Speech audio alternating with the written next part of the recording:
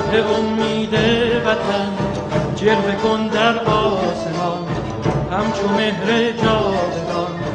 وطن ای هستی من، شور و سرمستی من، جلوه کن در آسمان همچو مهر جاودان. بشنو سوز سخنم که هم آواز تو منم، همه جان و تنم وطنم وطنم وطنم وطنم. بشنو سوز سخنم که نواگر این چمنم، همه جان و تنم وطنم وطنم وطنم وطنم. همه با یک نام و نشان به تفاوت هر رنگ و زبان، همه با یک نام و نشان به تفاوت هر رنگ و زبان. همه شاد و خوش و نغمه زنان ز سلامت ایران جوان، ز سلامت ایران جوان، ز سلامت ایران جوان.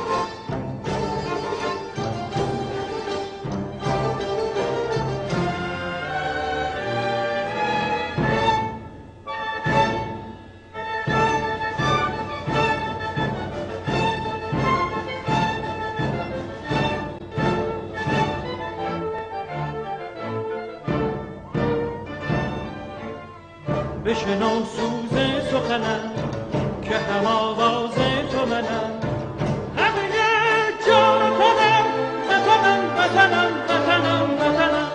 همه با یک نام و نشان به تفاوت هر رنگ و زبان، همه با یک نام و نشان به تفاوت هر رنگ و زبان. همه شاد و خوش و نغمه زنم ز سلامت ایران جوان، ز سلامت ایران جوان، ز سلامت ایران جوان. بشنو سوز سخنم که نواگر این چمنم،